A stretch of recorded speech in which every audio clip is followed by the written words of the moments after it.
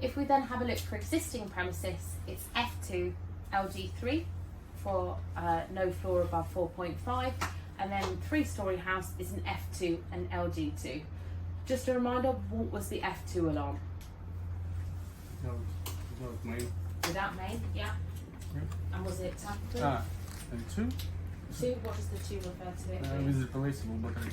Yeah, replaceable battery, absolutely. So you can already see the difference between the D2 and the F2. The D2 is obviously it being mains powered with user replaceable battery, and then the F2. So there's a big difference between new and materially altered and existing premises. That replaced by date might have been painted over, so you might not be able to see it just looking at it. You might not be able to get it off at the time. So what you would do is then download the audio link app.